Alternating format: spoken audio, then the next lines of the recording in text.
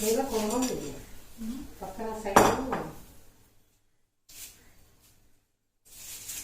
అండి, good morning. Welcome to our channel mind హర్విల్లు. Happy Saturday. నా పూజ అయితే అలా చేసుకున్నాను. శంకు చక్ర దీపాలతో పూజ చేసుకున్నాను అండి. చాలా అంటే చాలా సంతోషంగా ఉంది. రామా మెటల్ నుంచి తెప్పించాను చెప్పాను కదా. ఇప్పుడైతే అవి అన్అవైలబుల్ ఉన్నాయండి. మీరు చాలా మంది అడుగుతున్నారు అవి కనిపించట్లేదా అనేసి. ఇప్పుడైతే అవి అన్అవైలబుల్ లో ఉన్నాయి. వేరే కావాలంటే చెక్ చేసి నేను లింక్ అనేది కూడా డిస్క్రిప్షన్ బాక్స్ ఇస్తాను, ఒకసారి చెక్ చేసి తెచ్చుకోండి. ఇంకా ఇవాళ వీడియో వచ్చేసి దోశ పోసుకుంటున్నాను. అందరు తినేశారు, నేను పూజ చేసుకుని కొంచెం లేట్ అయింది, నాకు దోశ పోసుకుంటున్నాను. అమ్మ వచ్చింది. ఈ రోజు వీడియో ఎంతో టేస్టీగా ఉండే గోంగూర నిలవ పచ్చడి. చాలా టేస్ట్ ఉంటుంది. మన రాయలసీమ స్టైల్, కొంచెం ఘాటుగా, కొంచెం కారంగా, పుల్లగా. నెల రోజులు, ఎన్ని నెలలైనా నిల్వ ఉంటుంది కదమ్మా? సంవత్సరం ఉన్నా నిలువ ఉంటుందంట. టేస్ట్ లో ఎలాంటి మార్పు ఉండదు. కలర్ కూడా ఇది ఎలాగో కొంచెం కలర్ బ్లాక్ గానే వస్తుంది కదా. పైగా నా దగ్గర ఉన్న ఒట్టిమిరపకాయలు పోయిన సంవత్సరం అండి, అందుకని కొంచెం కలర్ మారాయి. ఇంకా కలర్ మారేదంటే ఏముండదు. గోంగూర చట్నీ ఏం కలర్ మారుతుంది? ఏం మారదు, అలాగే ఉంటుంది. సంవత్సరం ఉన్నా నిల్వ ఫ్రెష్ గా ఉంటుంది. అమ్మ చేసినట్లు ఒకసారి ట్రై చేసేసి తిని చూసి ఎలా ఉంది అని నాకు తప్పకుండా కామెంట్ చేయండి. మన రాయలసీమ స్టైలు, ఆంధ్ర స్టైలు ఆకుకూరలో రారాజు గోంగూర పచ్చడి. అది అమ్మ చూపిస్తుంది. అమ్మని చూపించమ్మా.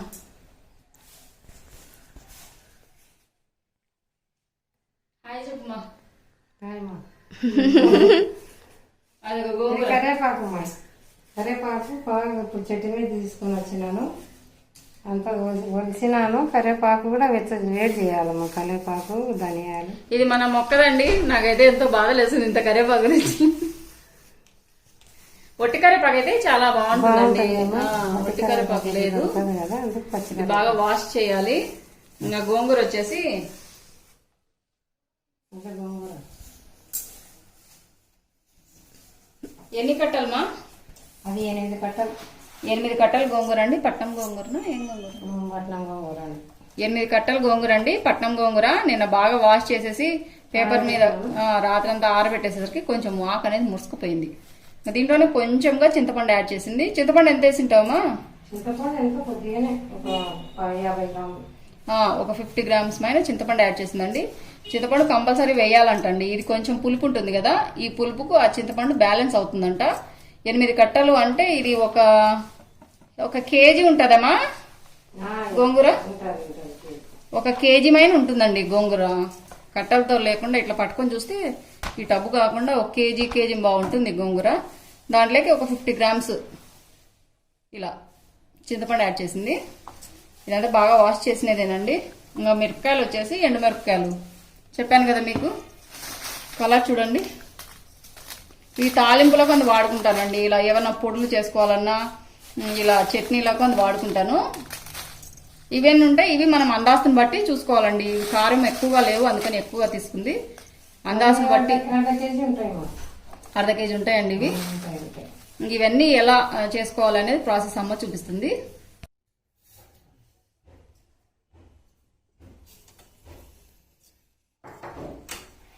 ఈ రోజు కూడా ప్రసాదంగా చిత్రాన్నం చేశాం కదండి, అందుకనేసి స్టవ్ ముగ్గు వేసుకున్నాను. అలాగే మీరు చాలా మంది చెప్పారు అక్క దూరంగా పెట్టక్క ఆగ్నేయ దీపం అని, అందుకని కొంచెం దూరంగా పెట్టానండి. ఇంకా గోంగూర నిలవ పచ్చడి కోసము కొన్ని ధనియాలండి. ఎన్ని ఉంటాయమ్మా? అన్ని ఉంటాయండి. ఒక చారెడు ఉంటాయి. ఈ ధనియాలు, అలాగే కొంచెం ఎక్కువ జీలకర్ర అండి. ఇవి 2 ఫ్రై చేసుకోవాలంట. ఎలాంటి ఆయిల్ ఏం వేయకుండా లో ఫ్లేమ్ లో ఫ్రై చేసుకోవాలంట.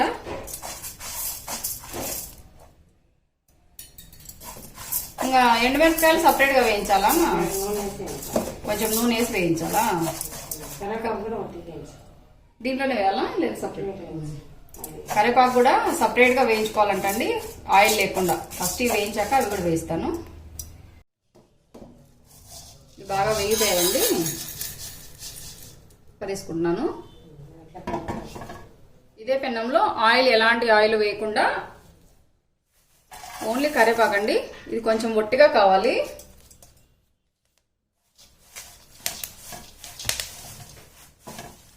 కడిగినారా? బాగా కడిగి ఆరబెట్టుకున్నానండి. మీరు ఇలా పచ్చికరివేపాకు వాడేటప్పుడు తడి అనేది లేకుండా బాగా ముందు రోజే ఆరబెట్టుకోండి. బాగా వాష్ చేసేసి ముందు రోజు ఆరబెట్టుకుంటే బాగుంటుంది.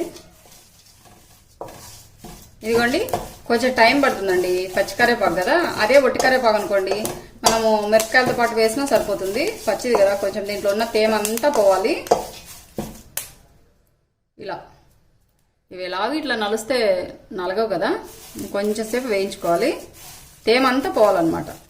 బాగా వేగాయి. కొంచెం చల్లారాక ఇలా అంటే పొడి పొడి అవుతుంది. ఇప్పుడు కూడా ఇదిగోండి నలుస్తుంటే కొంచెం అవుతుంది కదా,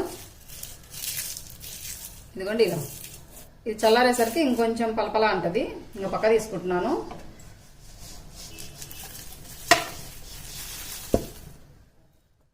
అదే బాండిలో కొంచెం ఆయిల్ వేసుకొని మనము మిరపకాయలు వేయించుకుంటాం కదండి, అలా కొంచెం ఆయిల్ వేసేసి, కొంచెం చిన్నదే ఉంది కదా బాండి, కొన్ని కొన్ని మిరపకాయలు వేయించుకుంటాను.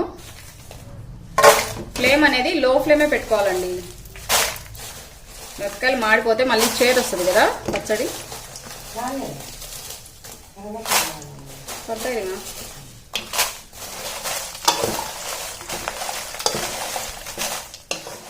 ఇదిగోండి ధనియాలు జీలకర్ర ఇందాక వేయించి పెట్టుకున్నాం కదా. ఇదిగోండి ఇవేమో ఒట్టి మిరపకాయలు ఒక 1/2 kg ఉంటాయండి. కొంచెం ఆయిల్లో ఇలా ఊరికే ఆయిల్ అనేది ఇలా రాసుకున్నట్టుగా ఉండాలి. ఇవన్నీ బాగా లో ఫ్లేమ్ పెట్టుకొని వేయించుకున్నాను. కొంచెం చల్లారితే ఇలా తుంచితే గట్టి కావాలన్నమాట, అలా ఉండాలి. ఇవి కొంచెం చల్లారాలి. ఇవి చల్లారే లోపల ఆల్రెడీ అదే బాండీలో కొంచెం ఆయిల్ వేసుకొని, కొంచెం నూనె ఎక్కువే పడుతుంది కదా అమ్మా, గోంగూర వేయించుకోవాలి. గోంగూర వేయించుకోవాలంటండి నూనె దండిగా పడుతుంది. తేమ అనేది నీళ్ళు అనేది అస్సలు యూజ్ చేయకుండా ఓన్లీ ఆయిల్లోనే మగ్గాలంట. ఈ గోంగూర ఇంకా పడుతుంది, ఇంకొంచెం పడుతుందా?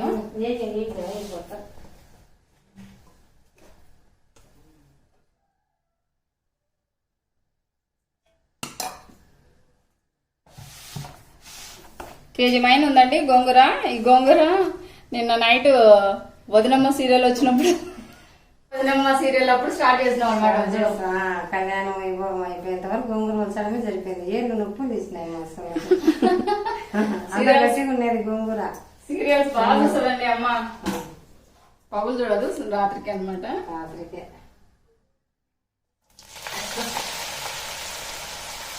ఇది అంతా పట్టదు కదండి, కొంచెం కొంచెం మగ్గించుకుంటూ మిగతాది వేసుకుంటాను.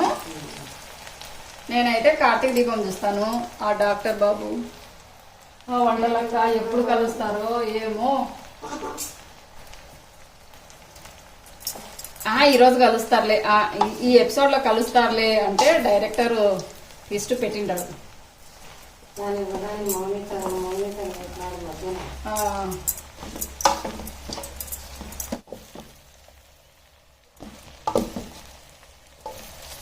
ఇది ఇలా మిక్స్ చేస్తుంటే అనుగుతుంటుంది.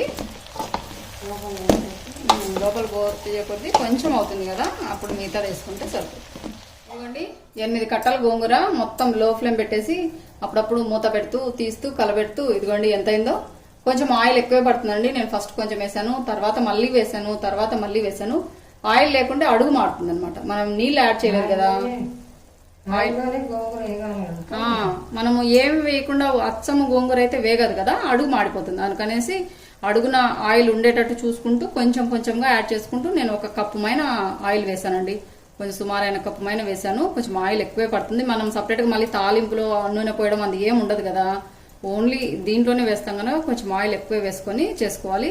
చూడండి సైడ్ అంబడి ఆయిల్ ఉంది, ఇలాగే ఉండాలన్నమాట. లేకుంటే అడుగు మాడిపోతుంది, గోంగూర అనేది ఉడకదు.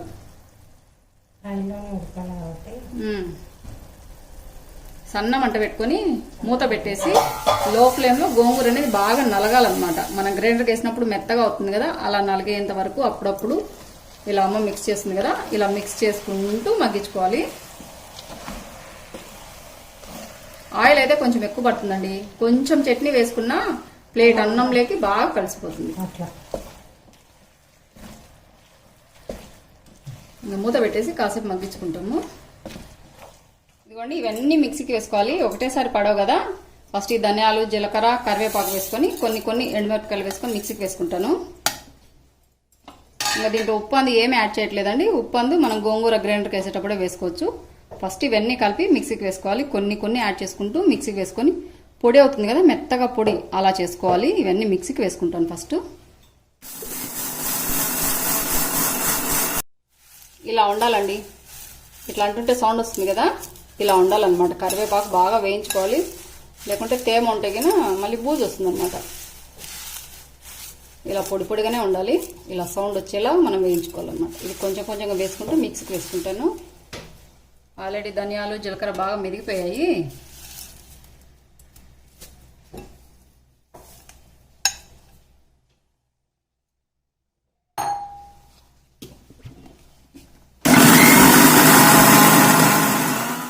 ఇదిగోండి ధనియాలు జీలకర్ర కరివేపాకు వేసి వేయించుకుని కలర్ చూసారా, సేమ్ కరివేపాకు కలర్లోకి వచ్చింది కదా. ఇది సపరేట్ తీసుకున్నాను. ఇంక ఒట్టిమిరపకాయలు అన్నీ వేయించుకోవాలండి. కొన్ని కొన్ని వేసి వేస్తాను. మిక్సీ జార్ ఏమో చిన్నది, ఒట్టిమిరపకాయలు ఏమో ఎక్కువ ఉన్నాయి కదా, కొన్ని కొన్ని వేసేసి పొడి చేసుకుంటాను. ఇదిగోండి ఫస్ట్ వాయికి ఇలా మిక్సీకి వేసుకున్నాను. చూసారా, మరీ మెత్తగా కాకుండా మరీ పలుపు కాకుండా ఇలా వస్తుందండి. మరీ మెత్తగా అయితే రాదు కదా, గింజలు ఉంటాయి కనుక. దీంట్లోనే ఉప్పు యాడ్ చేసి చేసుకోవాలంటండి, నాకు అమ్మ చెప్పలేదు, అందుకని దీంట్లో అయితే ఉప్పు వేయలేదు. ఇంకా రెండో బ్యాచ్కు ఉప్పు అయితే ఎక్కువే పడుతుందంటండి. ఇదిగోండి ఇలా ఈ ఒట్టిమిరపకాయలోనే ఉప్పు వేసేసి మిక్సీకి వేసుకోవాలంట. ఇంకా తక్కువ వచ్చింది అనుకోండి, మనం గ్రైండర్కి వేసినప్పుడు చూసుకొని వేసుకోవచ్చు అంట. బాగా ఉడికిందండి, ఆయిల్ బయటకు వస్తుంది కదా, మనకు అదే లెక్క అనమాట. మనం ఎంతసేపు వేయించినా ఆయిల్ బయటకు వస్తుంది అంటే బాగా ఉడికిందని లెక్క. నా చేతులు అయితే ఇలాగ మిక్సీకి వేసాను కదా, అదే చేతులు. ఇదిగోండి ఇట్లా అంటే ఆకంతా నలిగిపోవాలన్నమాట. బాగా ఉడికిపోయింది, స్టవ్ ఆఫ్ చేస్తున్నాను. ఇది కొంచెం చల్లారాలండి. ఇట్లా వేడివేడి గ్రైండర్కి వెళ్ళాం కదా, కొంచెం చల్లారనిద్దాము. ఇది కొంచెం చల్లారిందండి, ఇందులోనే వేసుకోవాలంట. ముందుగా మనం మిక్సీకి వేసి పెట్టుకున్నాం కదా, కరివేపాకు ధనియాలు జీలకర్ర ఇదంతా వేస్తున్నాను.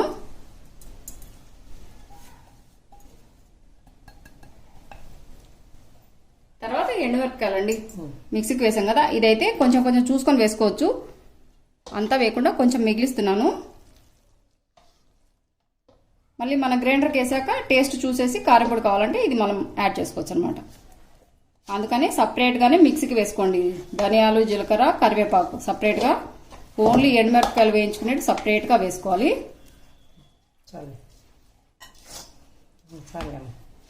చూడండి ఈ మైన పక్క తీసానండి. కొంచెం కారం సరిపోతే ఏం లేదు, సరిపోకుండా మళ్ళీ కొంచెం యాడ్ చేసుకోవచ్చు. ఇది మిగిలిన నో ప్రాబ్లం అన్నమాట. ఓన్లీ ఎండుమిరపకాయలు వేయించినది కదా, మనం ఏదన్నా చట్నీలు చేసుకున్నా, మనం ఏదైనా కర్రీస్ లేక యూజ్ చేయొచ్చు అనమాట. అందుకని అందాజ తెలుసు కదా, మనకు గోంగూర పులుపుని బట్టి కొంచెం ఎక్కువ పడుతుంది, కొంచెం తక్కువ పడుతుంది. ఇది ఇంత ఒక 100 గ్రామ్స్ మనం పక్క తీసాను. కారం చూసుకొనేసి మళ్ళీ యాడ్ చేసుకుంటాం గ్రైండర్కి వేసినప్పుడు. ఇదిగోండి కొంచెం చల్లారిపోయింది, ఎంత గట్టిగా ఉందో చూసారా, ఆయిల్ అంతా పీల్చేసుకుంది కదా. ఇది మనం ఇప్పుడు గ్రైండర్కి వేసుకోవాలి. మీరు మిక్సీకైనా వేసుకోవచ్చు, కొంచెం కొంచెంగా. నేనైతే గ్రైండర్కి వేస్తున్నాను. ఇదిగోండి మా గ్రైండరు బటర్ఫ్లై రీనో కంపెనీది. ఇది తీసుకొని సుమారుగా చాలా ఏళ్ల క్రితం తీసుకున్నాను. దోసపిండి ఇలాంటి పచ్చళ్ళు ఏమైనా గ్రైండర్కి వేసుకోవాలి, కొంచెం కొంచెం అయినట్టు వేసుకుంటాను.